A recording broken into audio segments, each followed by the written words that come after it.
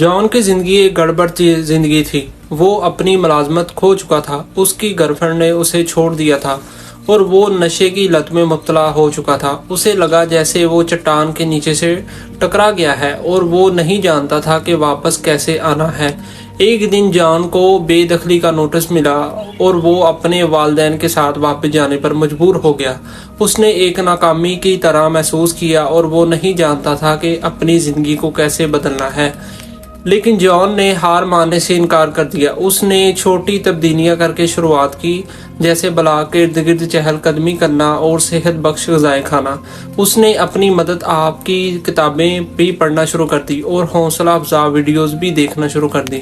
آہستہ آہستہ لیکن یقینی طور پر جان بہتر محسوس کرنے لگا۔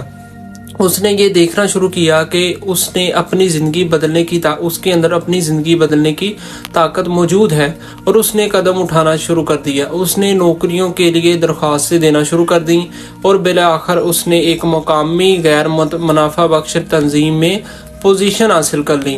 جان کی نئی نوکری نے اسے مقصد کا احساس دلایا اور اسے ایسا محسوس ہونے لگا کہ وہ کچھ فرق محسوس کر رہا ہے۔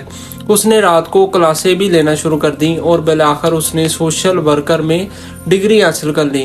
جیسے ہی جان کی زندگی ایک ساتھ آنے لگی، اسے احساس ہوا کہ اسے دوسروں کی مدد کرنے کا جذبہ اس کے اندر موجود ہے۔ اس نے ایک مقامی بے گھر پناہ گاہ میں رضاکارانہ طور پر کام کرنا شروع کر دیا اور وہ بالآخر ایک مشیر بن گیا۔ جان کا سفر آسان نہیں تھا، لیکن اس نے ہار ماننے سے انکار کر دیا۔